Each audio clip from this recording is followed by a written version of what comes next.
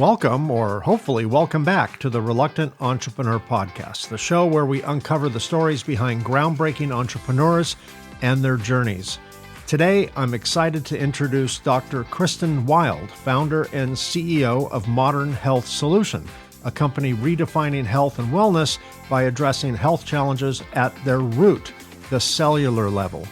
Starting, scaling, and sustaining a business is no easy feat. It's often accompanied by high levels of stress, and the statistics are sobering. According to the U.S. Bureau of Labor Statistics, 70% of all business startups ultimately fail.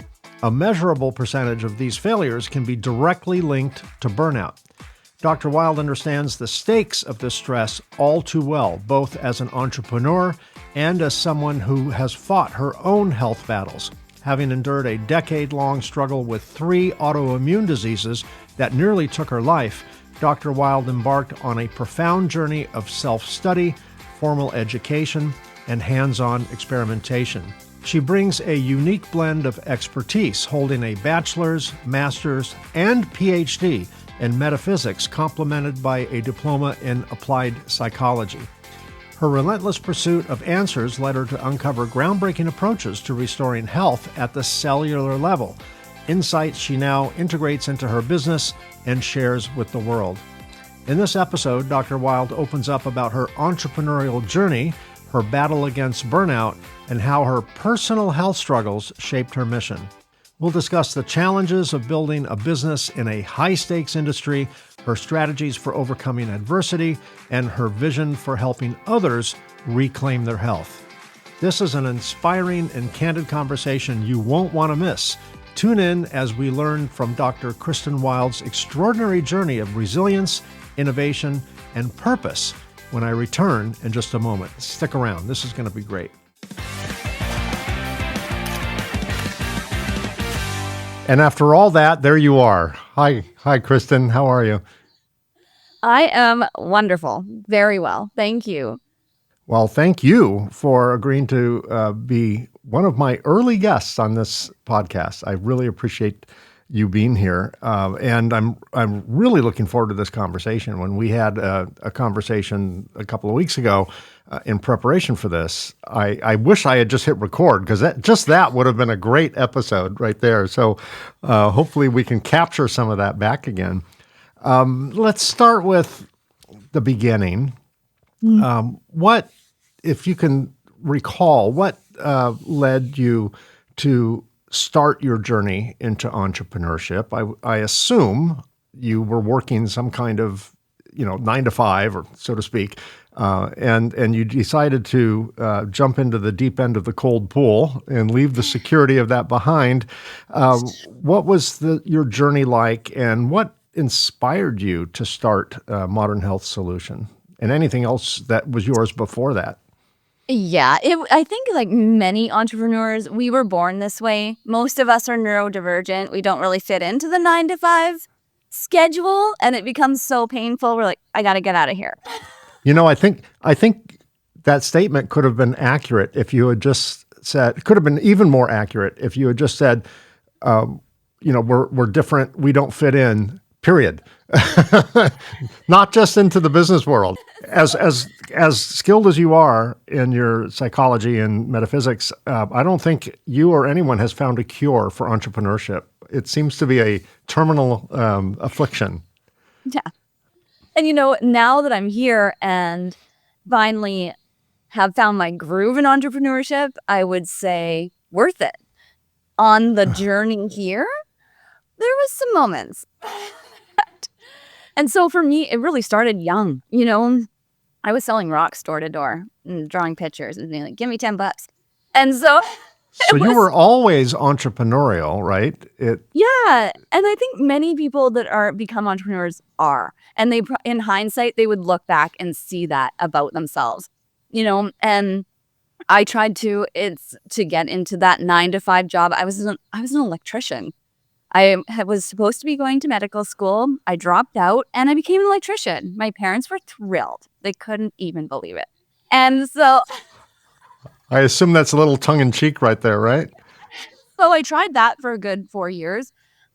And it was very challenging for me because even, I had all these ideas and thoughts of how things could be different, but the way that things were set up, the bosses weren't interested. And it just became very frustrating for me to be living that way.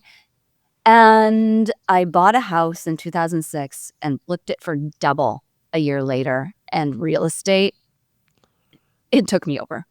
So I've spent the last 20 years in real estate in one way or another, being a real estate agent, owning property management company, getting into investing, and then doing real estate strategy with people. So that was really the main backbone to entrepreneurship.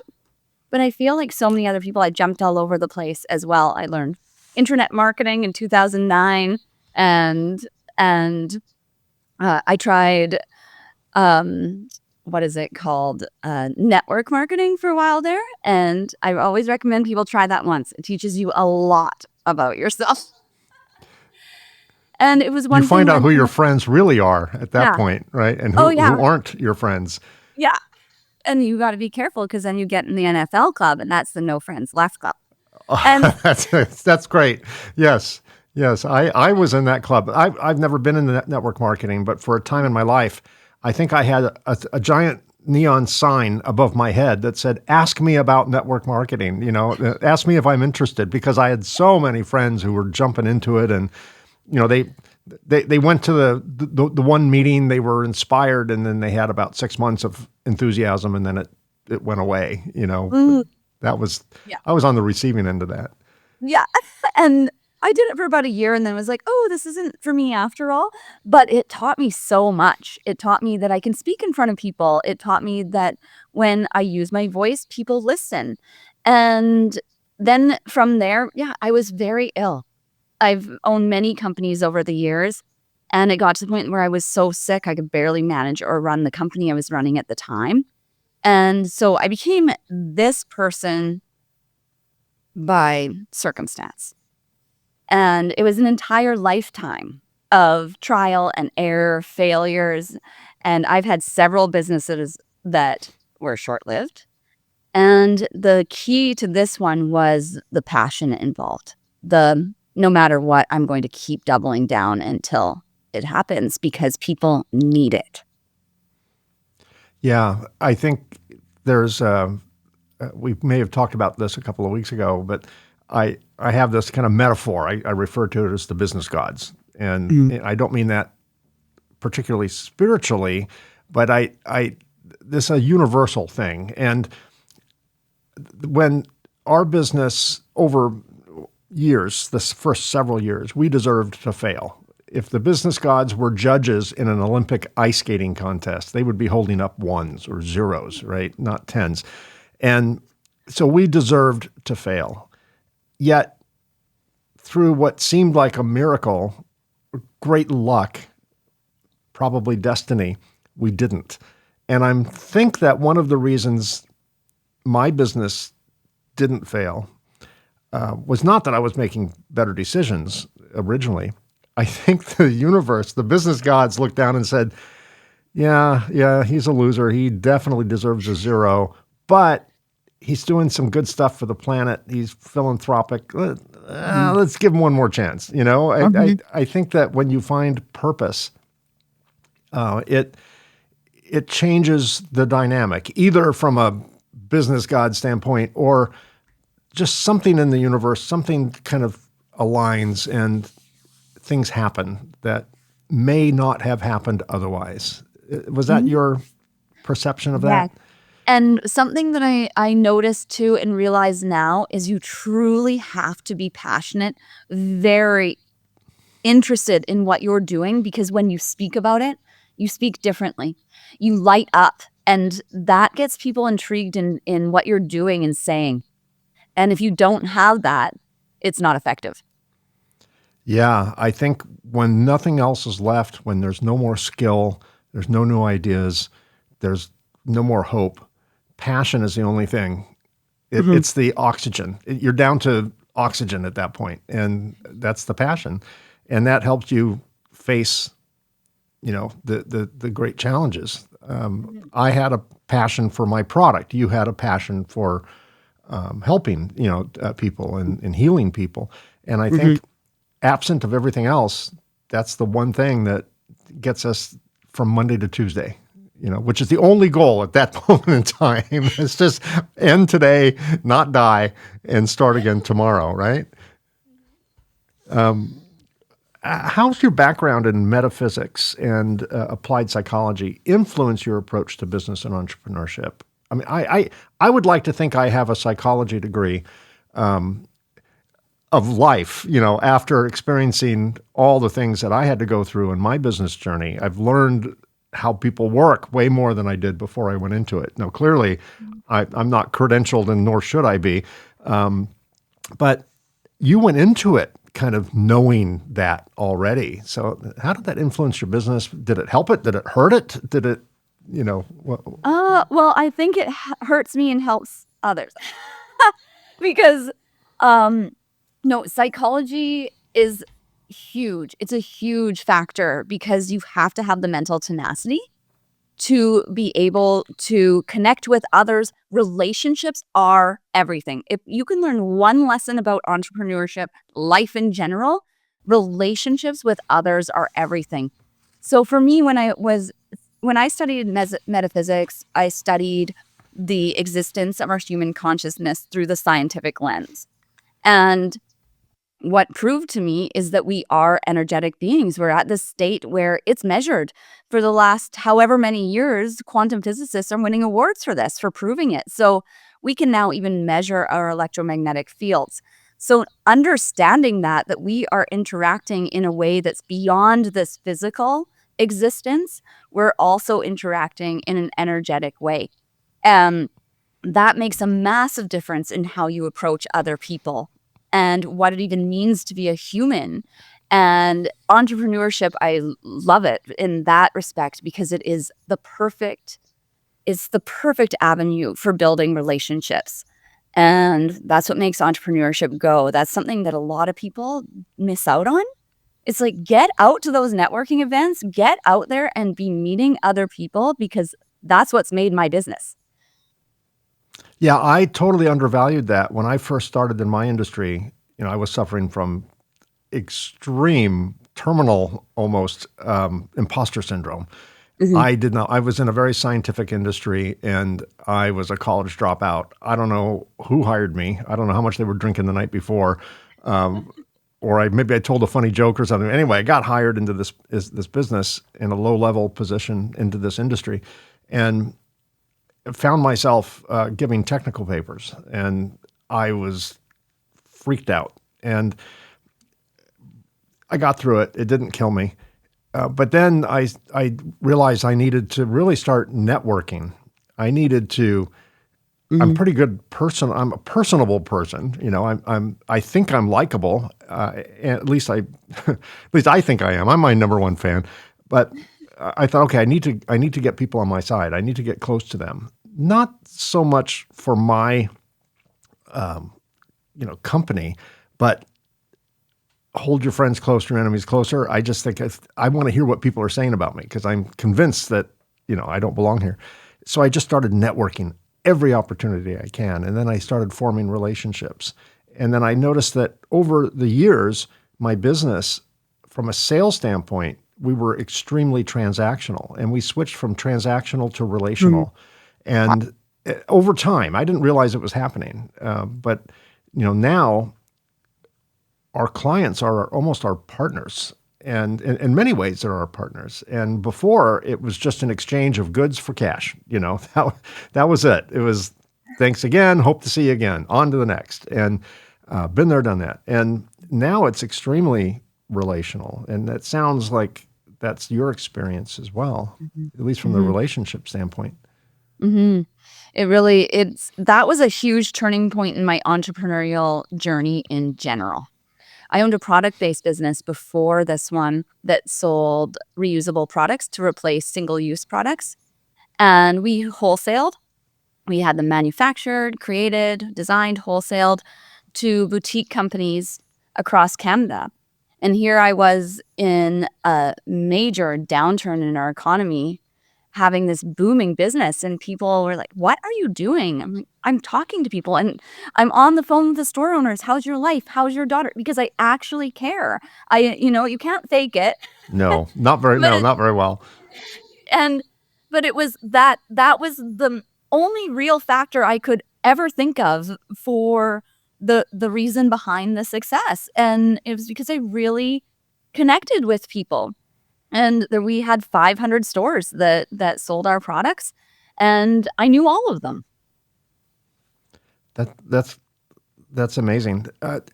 I think when you have a relationship with your customer, it buys a lot of forgiveness too. If we're running late on a shipment, and it's transactional, they'll come after you. If we're running late on a shipment and it's relational, then it doesn't give us a free pass, but people will call, instead of saying, "Where the heck is my stuff?" They'll call and say, "Hey, is everything okay?" It's not like you guys to be late, right? It's just a whole different dynamic. They come looking for a solution, not to just, bitch and moan about a problem. I'm going to kind of bounce around a little bit. What were some of the challenges you faced in either Modern Health Solution or in prior businesses? What are some of the biggest challenges you faced? You can limit it to 300 or 400 challenges, and more importantly, was there a method to overcome those challenges, or was it different challenge by challenge? Was there a particular go-to strategy that you came up with? So we'll start with some of the major challenges and your mechanism for overcoming those. Well, I'm a lot more stabilized in those challenges now, but back in the day, I would love to tell you it was great. I really had it smoothed out. No, I was bouncing all over the place. And also because I was dealing with an illness, raising children at the same time, it really is about that balance in life and what it means. And I had to learn the hard way that balance doesn't mean, oh, you spend this much on your business every day or this much with your children every day. It's not like that. Balance is really going for it when you feel called and diving headfirst into what you're doing. When that energy is up, take advantage of it, dive into it, and then step away, integrate, and do your basic tasks, and then get back into that cycle. So balance is a cycle, and it isn't a day-to-day cycle. It is whatever it looks like for you. But when you get into that hyper focus, take advantage and go for it. And that's something I really had to learn, that that's okay to be that way in life, because we are so entrained in that 9 to 5. Okay, you're going to check in to work, do your things, and then you're going to check out, and then you're going to go here. And it just doesn't work like that as an entrepreneur. You don't know when your creativity is going to hit. It just shows up when it feels like it. Yeah, I find that have you ever had moments where I refer to it as kind of in the zone, where everything is timeless? It's 8 o'clock in the morning, you're working on something, and then 10 minutes later, it's 10 o'clock at night, right? You're in the zone. And I find that is where I am the most creative. That's where I'm the most productive.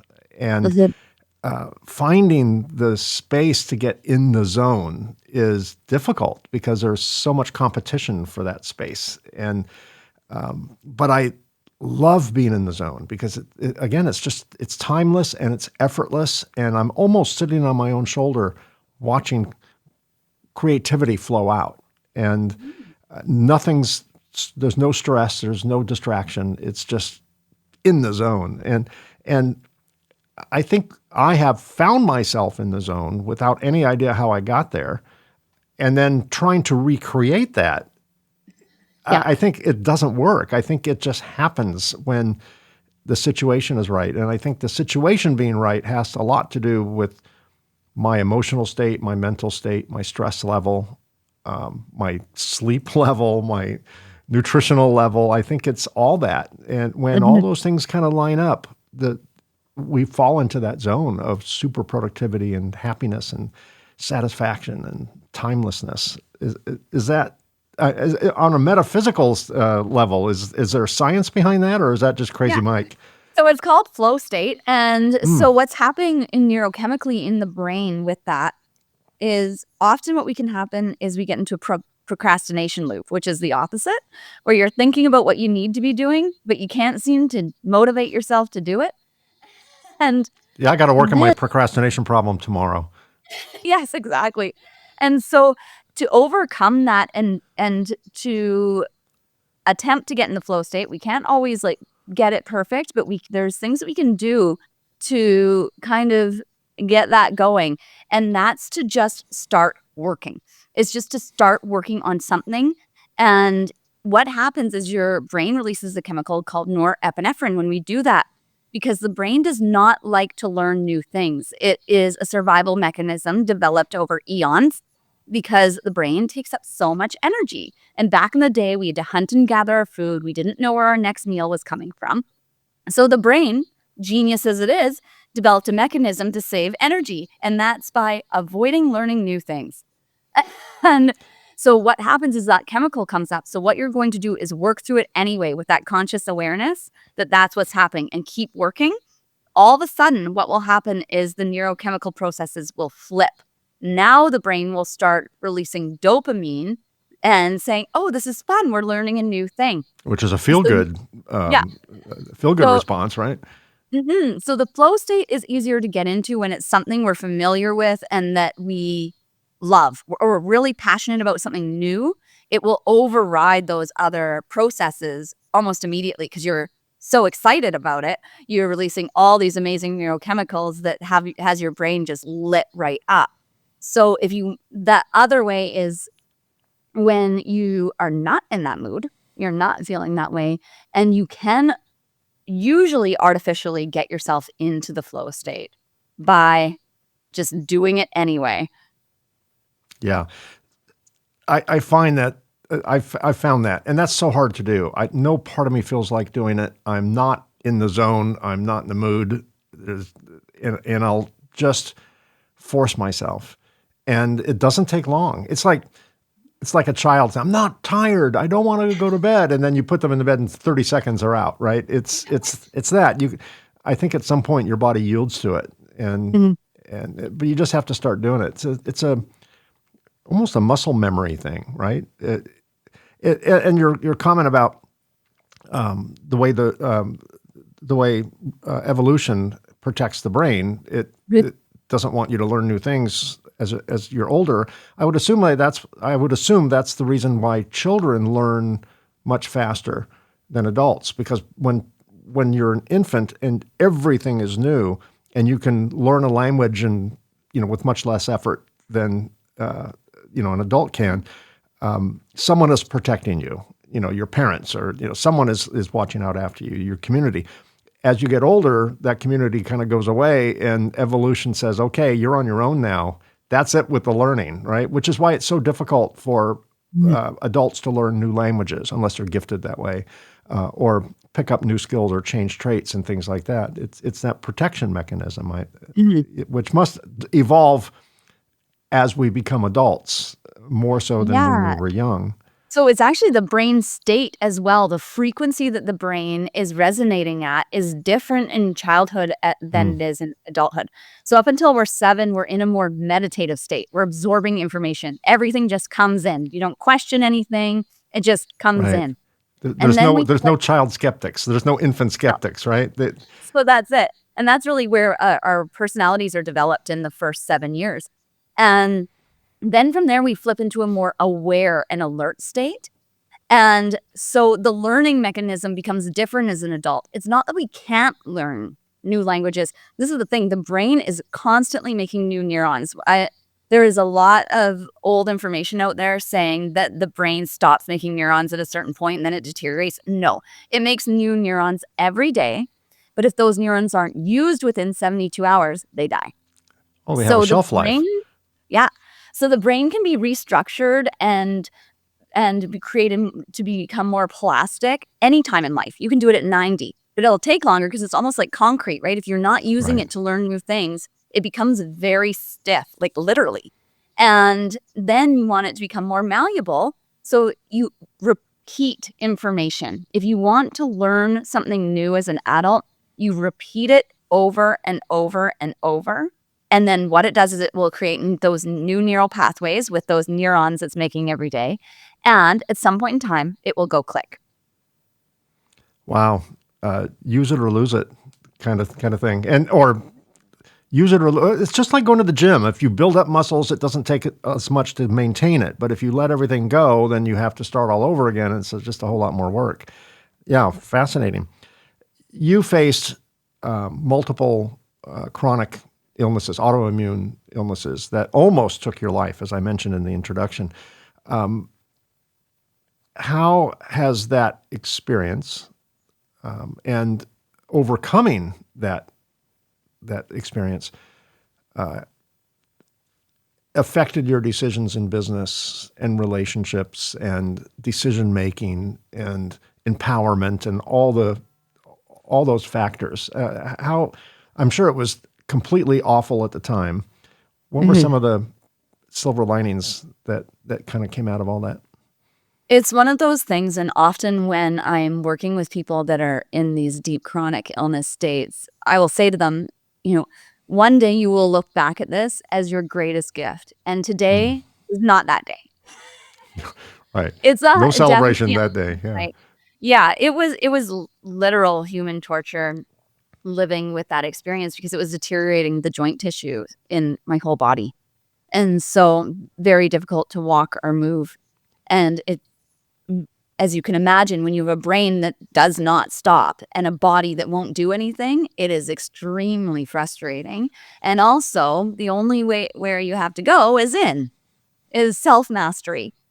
And, it's affected every part of my life. But I can tell you what it did is it woke me up in a way where no one and nothing will get in the way of doing what I meant to do.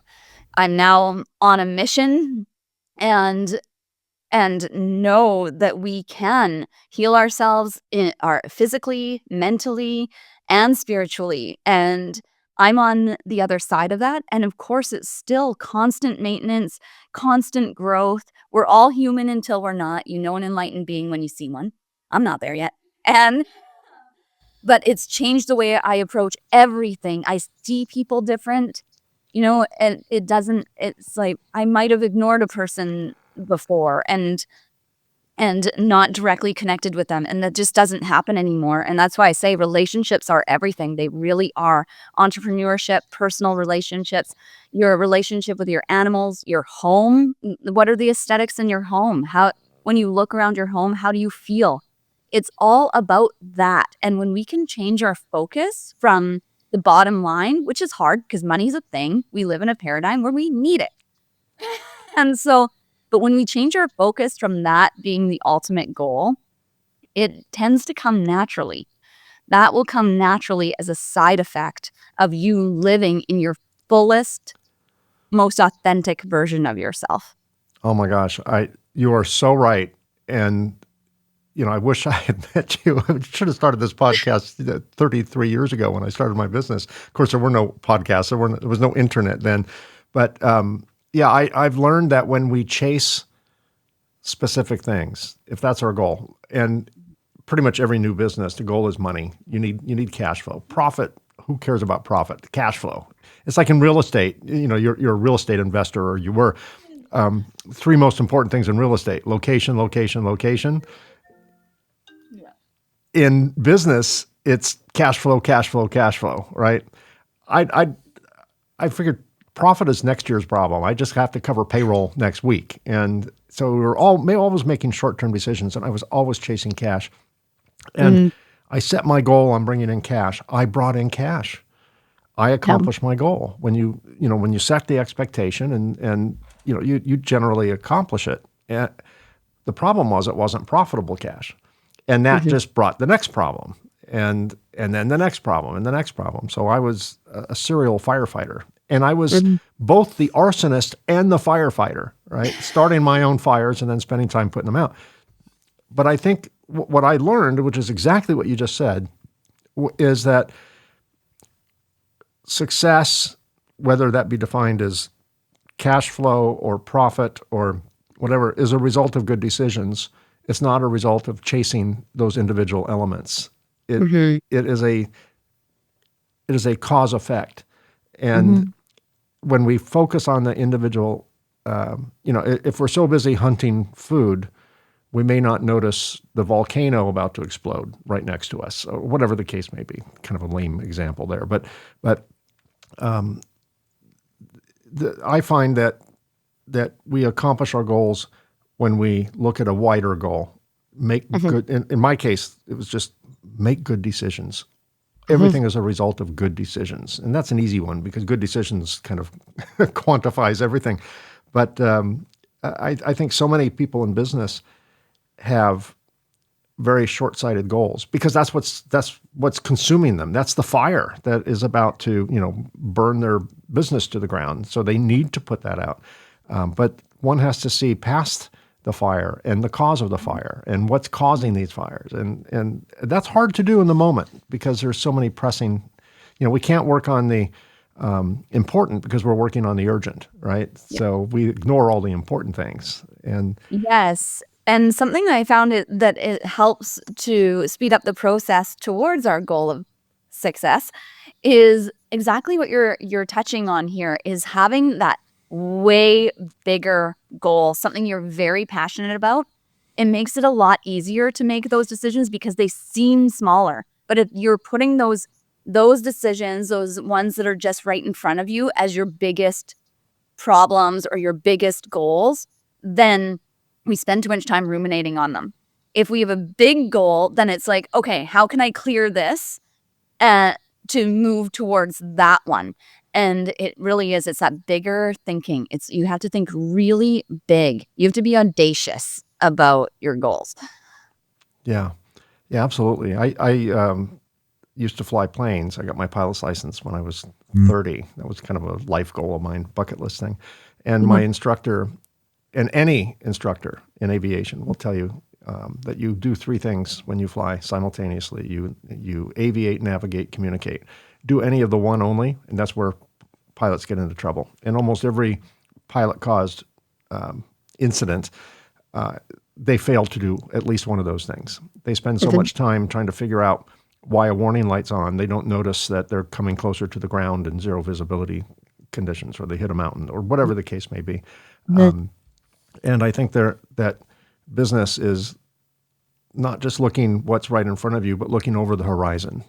So we don't have to make those last minute, sharp pivots to get around the speed bumps or the mountains in the aviation world. You had to overcome. You said you went internal to figure out what was going on with you. The external world didn't offer the solutions that were suitable for you, so you went internal. Many entrepreneurs, many business owners, many employees go internal, and sometimes with good results, sometimes not good results. And in the case of burnout, I've been, over my 33-year journey, I've been burned out many, many times. Not lately, because I just have a joy for what I do now. But before that, it was tough because I had to do everything. The stuff that gave me joy and the stuff that gave me heartburn, because I couldn't afford anyone else who found joy in the things I hated, right? So I had to do it all. And it was like 90% stuff I hate and 10% joy, which was just enough to keep me going, right? So it's really easy to face burnout. I'm thinking that your situation with the autoimmune issues that you faced and the desperation that you faced is probably similar in terms of the anxiety and the paralyzing effect that can cause as burnout. Burnout may not be quite as physical. Their joints may not be deteriorating physically, but their motivation is, and their stamina is.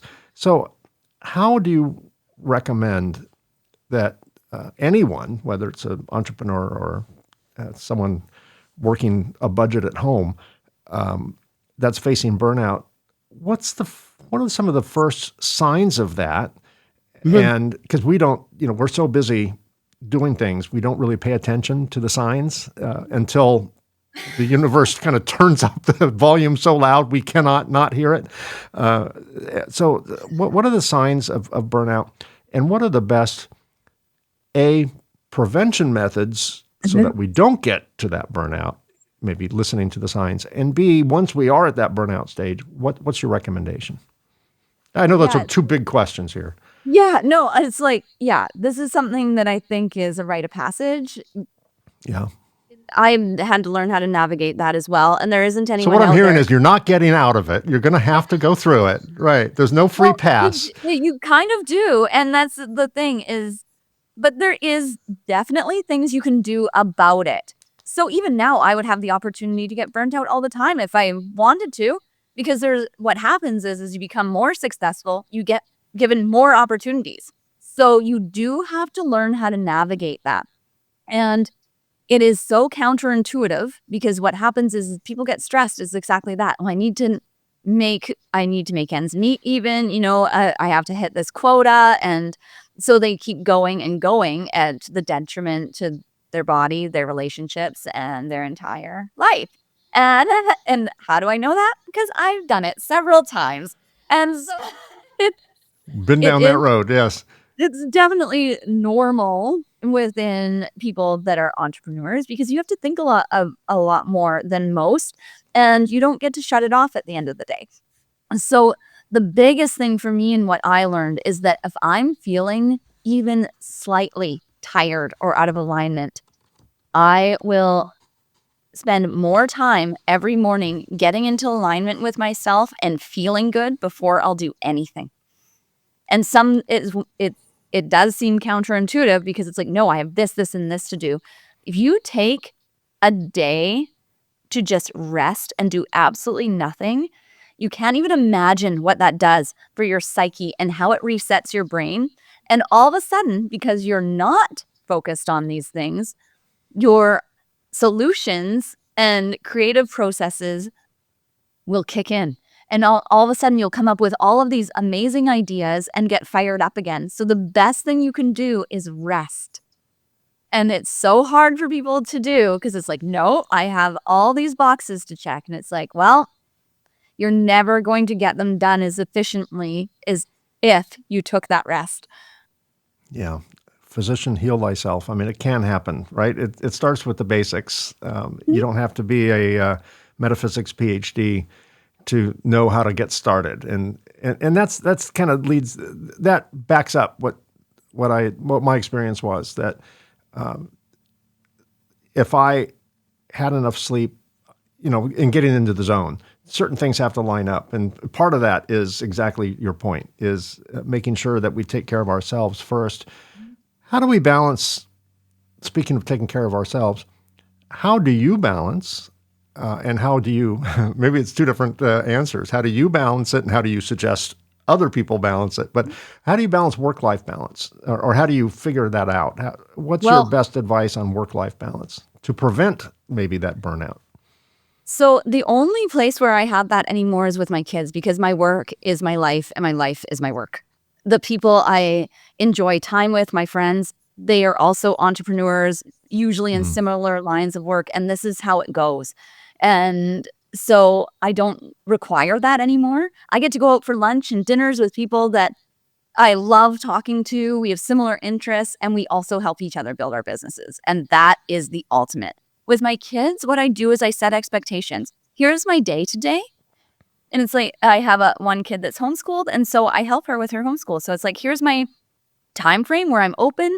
And you really make sure that you carve that time out for them and create expectations for them. Because otherwise, they don't know when they're going to see you. They know, And so it's really ensuring that they know what to expect throughout your day. And in terms of friends and family, that is something that they get to know who you are. And there was many years where I was gone on weekends. I was a realtor. I was not available. Evenings, weekends, I was kind of, Sure. the work-life balance was not even in existence, And so now it just happens over time. If you stay passionate about what you're doing, you are going to develop those relationships and friendships of people that really align with you.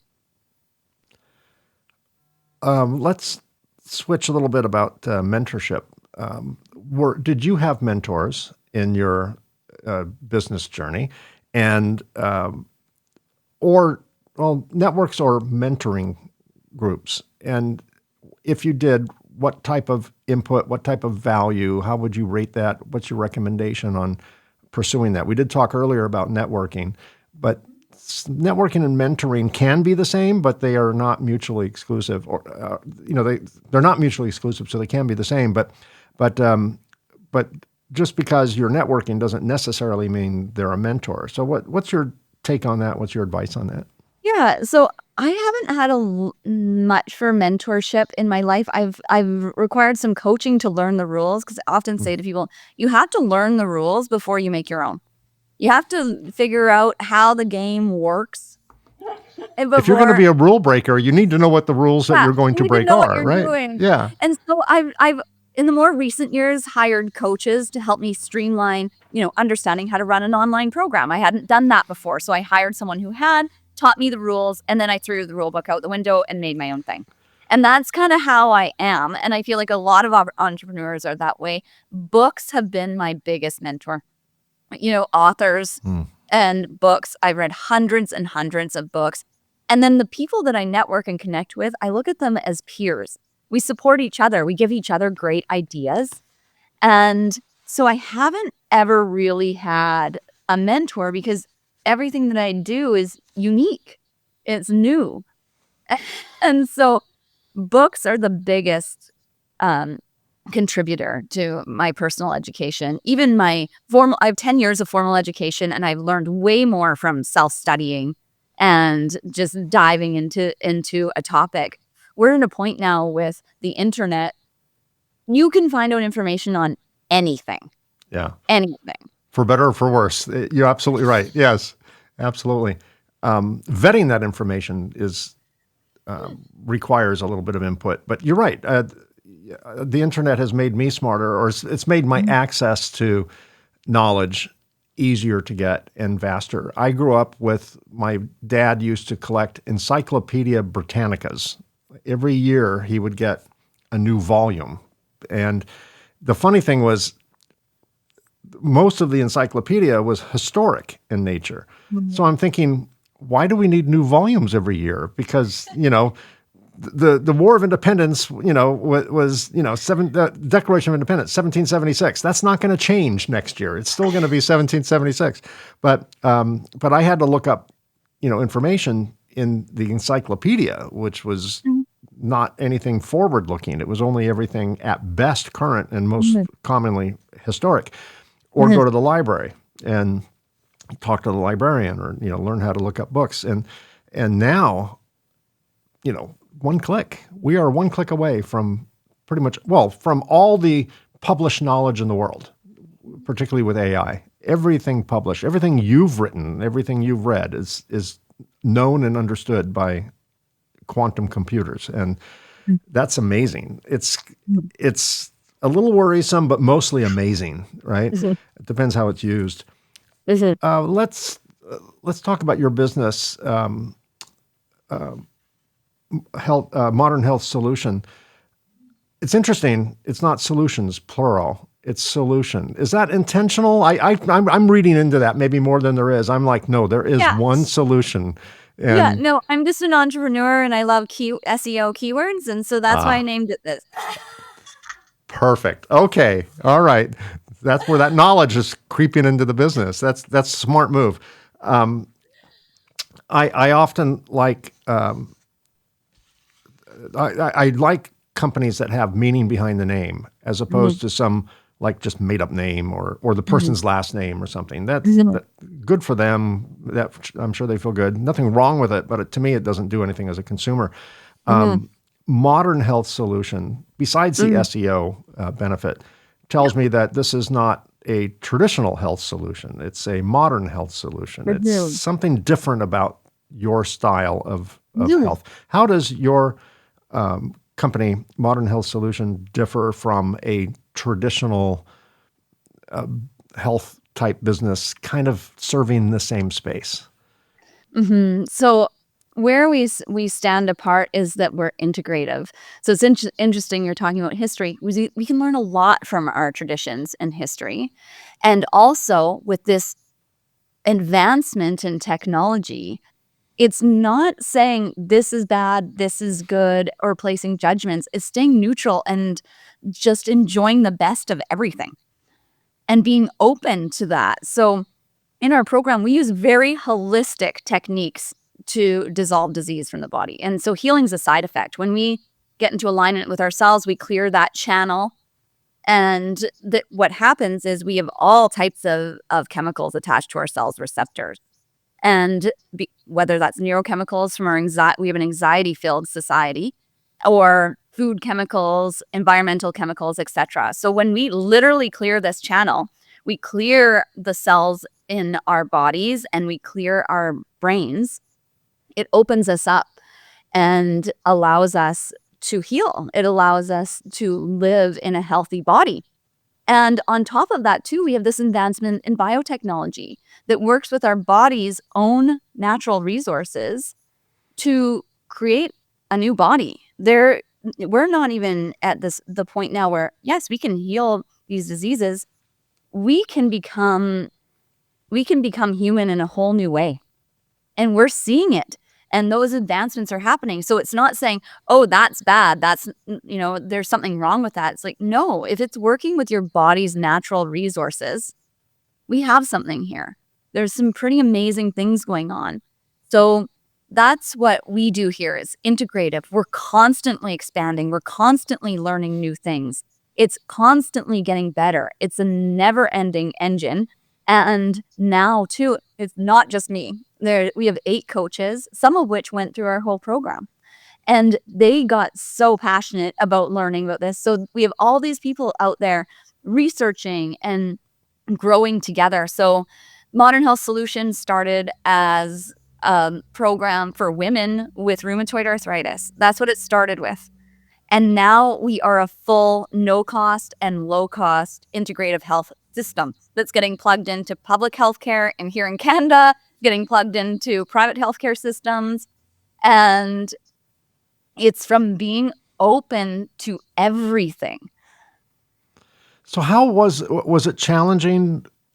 I'm sure you didn't carry the weight yourself, but to take a leading edge concept for medicine or for healing, something beyond traditional, and get that not just accepted by some of the public, but to get your national health to say, okay, Kristen, we're going to pay you. This is legitimate. This is just as legitimate as an orthopedic surgeon or something. Because I would think that in some communities, kind of highbrow kind of communities, the type of work you do might be looked at as something weird about kumbaya, foo-foo, fairy dust, whatever. But clearly, if it's come to the point where that can be part of someone's national health insurance, or in our world where we have to pay for everything ourselves, our private insurance company. Were you part of that? Did that just evolve around you? Is this kind of partially due, at least, to you pushing that ball forward and kind of, swimming against the tide? Yeah. Well, it's not for the faint of spirit, but again, it's staying neutral. The whole time I didn't villainize one thing or another. I stayed neutral in all of it because I wanted to know the truth for the truth's sake. And fortunately for me, I have a science background. I did a few years of Bachelor of Science. And then with the psychology degree, I can speak the language. So instead of speaking from a metaphysical point of view, where that's not a vocabulary a medical doctor is going to have, because they went to medical school. Right. And so I'm able to speak through that languaging instead in those circumstances. And then people go, oh, that makes sense. And that's it. People just they need to know why. And that is, even for spiritual evolution in Western culture, is through the logic. I needed to intellectually understand. I mean, I studied the evolution of consciousness through the scientific lens. total Westerner. And True. Yeah. Yeah. You make a terrible Buddhist, by the way, right? Yeah. You'd be in the corner. I suffer that same issue in that I have this burning desire to understand causation. I want to see cause and effect. And in my world, in my journey, I should say, my experience, I had to trust the process. And I did not want to trust the process. I couldn't analyze. I'm very analytical. I have a burning desire to know how everything works. Just random stuff. That's what fills my head. Nothing valuable, just, that's how certain things work.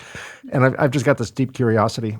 But what was frustrating to me, because I worked with someone similar to yourself, and as kind of a business coach and mentor, and she would come up with these, pronouncements like, I consider the possibility of this. And I would just look at her and go, that's nuts. That makes no sense in my world. That is so counterintuitive. Are you crazy? What'd you smoke on the way here? This is, it's like, this is crazy. And she was very kind because she did not respond to me with the way I was responding to her.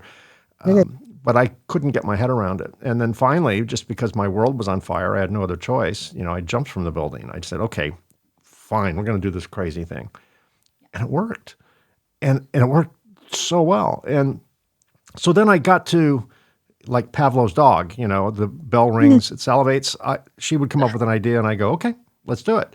And I had to give up my insatiable desire to understand how it worked because that was holding me back from trying it.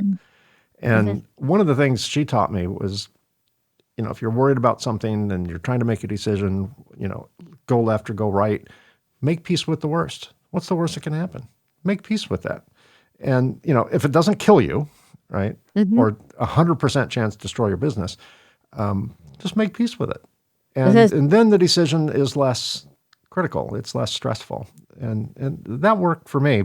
But now my understanding of how it works or why it works is because of experience. I know it works because it always has worked. And that's enough for me. My mind has said, okay, we don't know how, but we just know it works. And to me, my intellectual mind will allow me to use my experiential data to have confidence to move forward. It was a compromise I had to make with my head, but in my world, it works. Yeah. So how does your business stand out? You have a, is it safe to call it a health clinic? Is that a generic term for it? It's called a digital clinic. Okay, a digital clinic. I assume there are other digital clinics out there, not the same, but offering some type of Not service. that I really know of. That's a good answer. It's like, hi, I don't know. I'm not even looking. I'm not. So In a world where there are many health options, digital or physical or whatever the case may be, in a world where there are psychologists and therapists that offer now Zoom meetings, thank you, COVID, that brought all that out. How do you differentiate your services from a 30,000 foot view, from an uneducated view, from a layman view? How do you differentiate Modern Health Solution from the 8,419 potential other services out there that someone is just going through an internet listing to find? Yeah. And because this is the thing, is each individual journey is unique. And so what we do is we provide education, support, and community to people. And so that they can walk through a step-by-step process to go through their personal healing experience. And something I've noticed working with hundreds of people is each person's experience is going to be different, and yet the feeling is the same. And so the biggest thing is having the tools available and the community around you of seeing someone else who has gone through something similar to you and they're further down the path. So I was trained by Franciscan nuns when I was 20. I worked in a very extreme circumstance with women and children escaping domestic abuse. It was the worst of the worst cases were sent there. And they taught me that is they need to see the light at the end of the tunnel. They need to be able to see other people that have overcome what they've overcome. And they did that so beautifully. And so the women who were exiting the program held the hands of the women who were entering it. And we now have expanded to the point where we're helping people with all types of chronic illnesses and severe anxiety and depression and overcoming traumatic relationships. And the path is the same, no matter what level of adversity we're overcoming. It's a step by step. So, it really isn't about standing out with so many other options out there for different things. It's a very unique experience because we don't isolate it. It's not like just mental health or just physical health or just spiritual health. It's everything and all, because it all goes together. And we never know what's going to happen with someone when they come in. But one thing I've learned for sure is the only way to fail is to quit.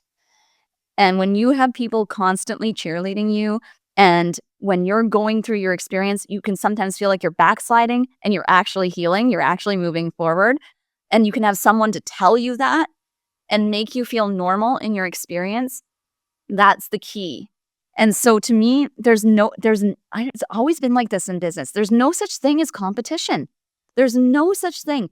To me, there's only collaboration. The people that they would call my competition, I go on their podcasts and we end up integrating their stuff into our system.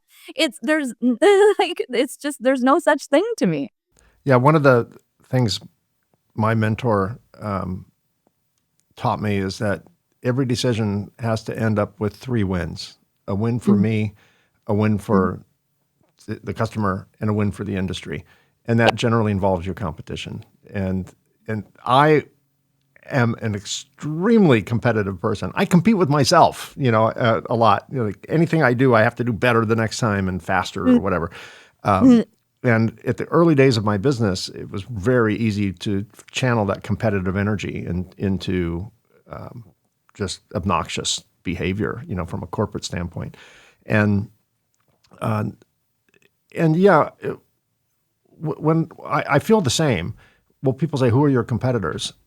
And I have to hold back on the answer because my true answer would be snarky, like we don't have any competitors, but they won't understand where that's coming from. Let's define what competitor means, right? And I am grateful for the other companies in our space that sell products that perform similar functions because it, A, legitimizes what we do. If we were the only company that did it, we wouldn't attract the attention of the industry that needs us, because they would look at us like, well, this is so good. Why isn't everyone else doing it, right? So it's difficult to be the first out.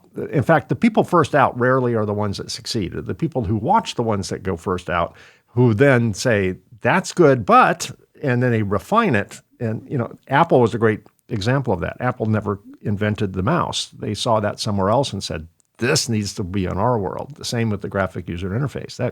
They learned all that at Xerox PARC, and Steve Jobs looked at it and said, that's a great idea.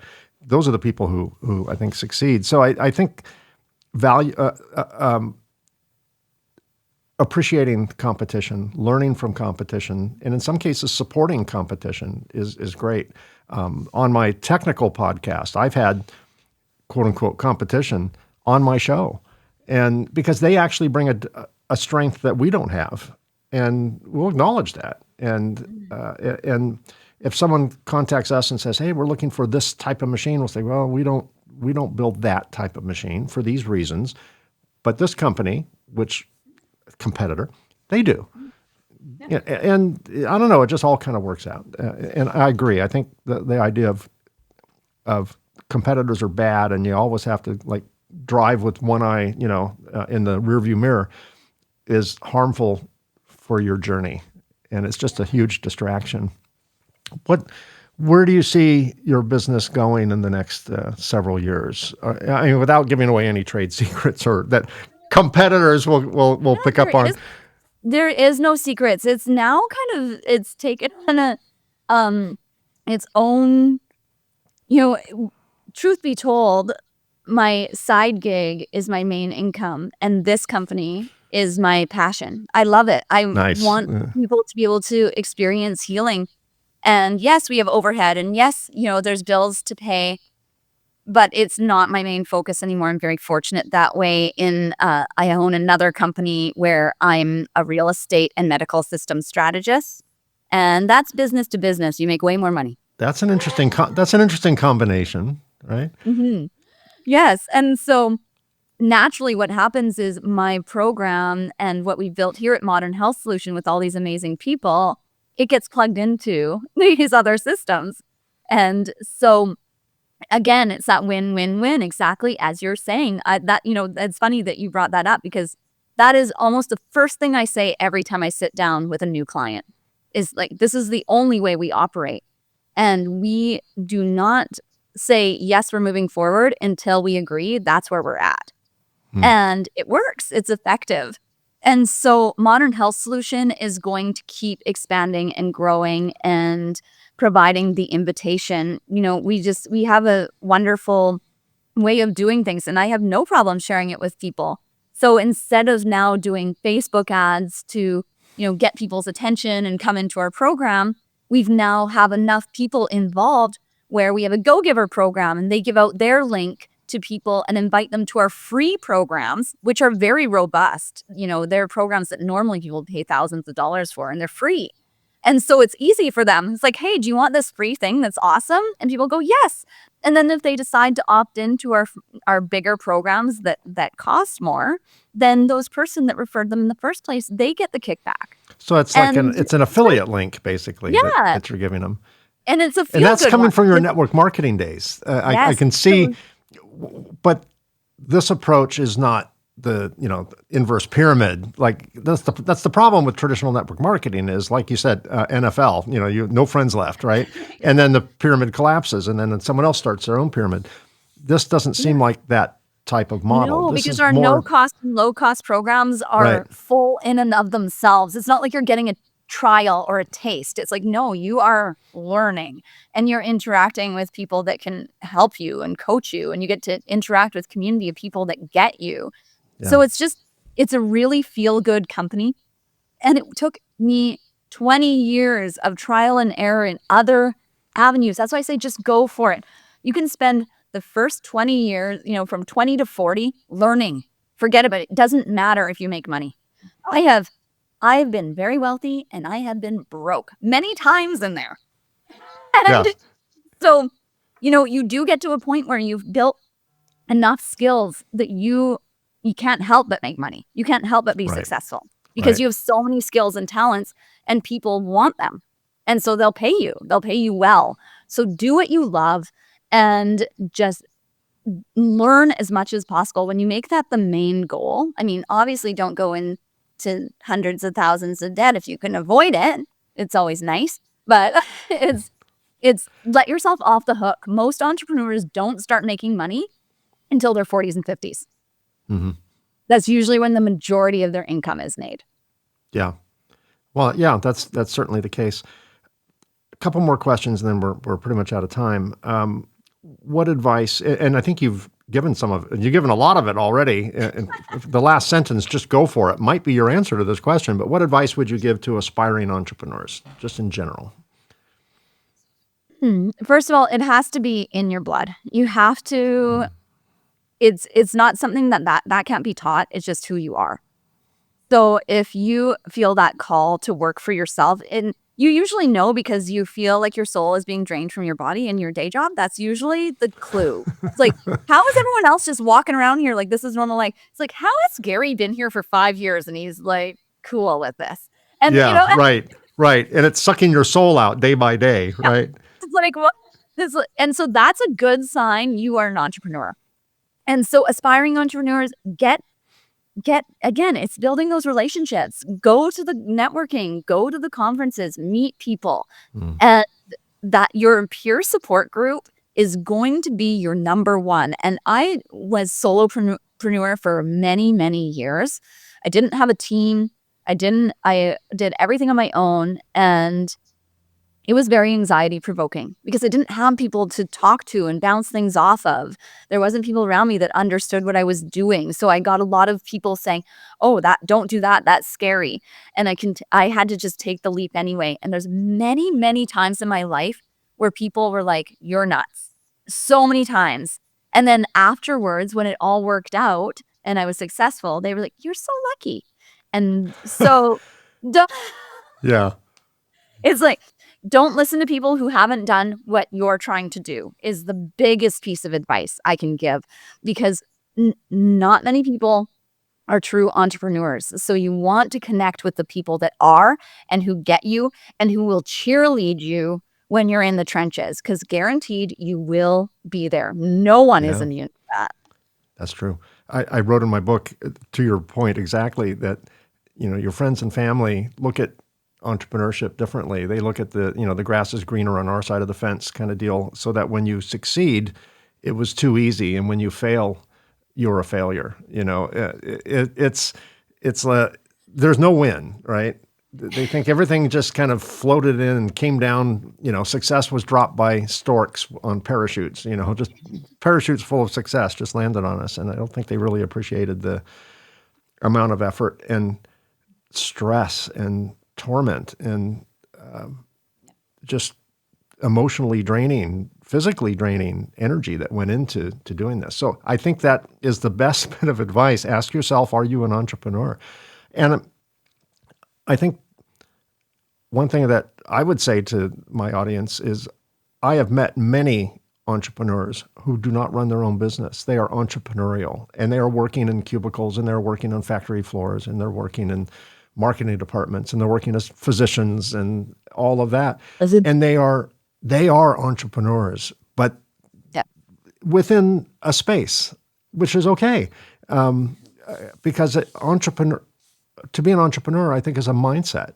And entrepreneurship is a mindset, whether it's manifested as your own business or solopreneur or a Richard Branson type, high scale. I look at Richard Branson, and if he didn't have any companies that he owned, I would say this guy's an entrepreneur, or he should be, right? Because he's just got that energy about him. And I think that's a great point. And the last question, Kristen, is how did you define success at the earliest part of your entrepreneurial journey? And how, if it's different, do you define it today? Has it morphed? Very different. Very different. So then it was more about running away from something. I didn't want to be under someone's thumb. I had a real authoritarian complex.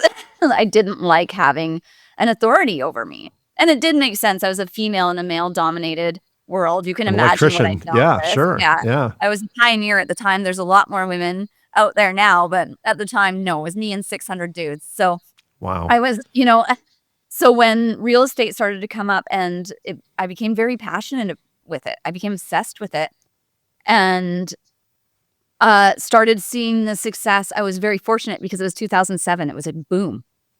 And I made $65,000 in 2 weeks. And I was like, oh, I like this. I like being an entrepreneur. So I was fortunate that I started that way, because I don't think I would have kept going if it had gotten there. Because I knew that if you get into something and you get out there, then you will earn income. And so it started more then about the money and freedom. That's what it was about then.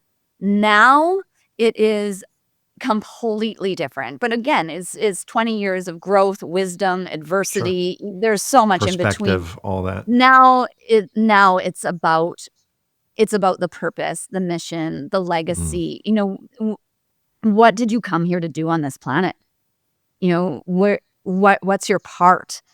And so now entrepreneurship has become a vessel. It's become just this beautiful thing that I can now live out my life purpose and get paid for it. But that was just 20 years in the making. And you never know where you're gonna end up and who you're going to become. And in hindsight, every single thing that happened, every failed experience or successful experience, it all added up to this moment. That's great. Well, Dr. Kristin Wild, thank you so much for all the time that you've generously donated to my audience and to me. I really appreciate that. And for my audience who would like to learn more about Modern Health Solution, if you're watching this on YouTube, look down here and you can click on the show more, and information on Modern Health Solution will be there. If you're listening to this podcast on your favorite podcast app, once it's safe to do so, don't drive and do this, but look at your podcast app and look at the show notes, and Kristen's company information will be there.